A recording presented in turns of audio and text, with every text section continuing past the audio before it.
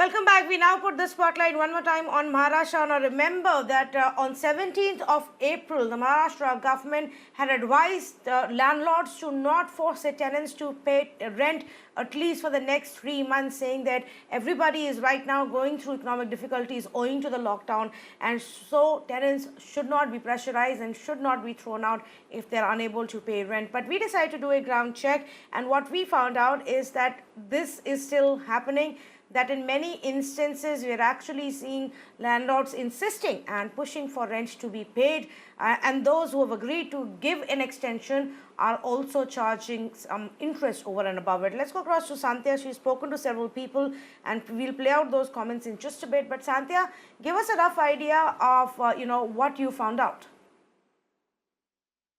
Despite the circular which was given by Maharashtra Government on 17th of April, in Mumbai specifically, there are many landlords who are still pressurizing their tenants to pay the rent. And as you rightly mentioned, if some of them are actually agreeing for the postponement of rent collection, they are asking for an interest amount.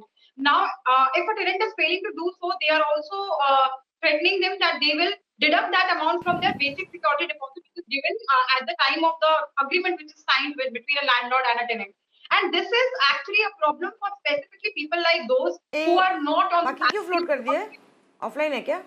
We are talking about people here who actually were on contract basis or who were working on a project basis, people specifically from fashion industry who used to work from project to project, and other people who are not into fixed salary jobs.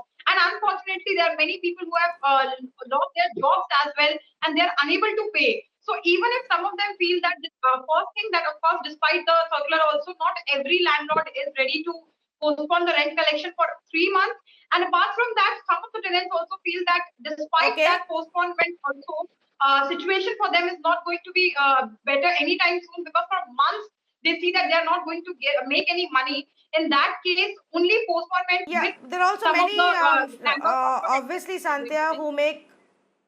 Right, Sandhya. There are also many who make the argument that even for some of the landlords, especially those senior citizens who are dependent on rent money, it could get difficult if they don't get their rent money. And experts say that this is not legally binding, it's just an advisory.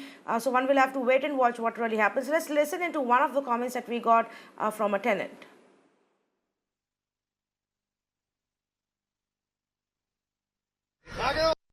But after 3 months, still we have to pay. This is not a solution. Like if I have to change my house after 3 months, so my landlord will deduct that amount, 75,000, like my rent is 25,000, from my deposit amount. For new house, again I have to arrange that 75,000. The problem is not solved. It's just solved for a time being. In for 3 months, I have to pay my rent, I have to pay my salaries, I have to pay my EMIs, I have a factory. So I have my all expenses which I have to pay for 3 months.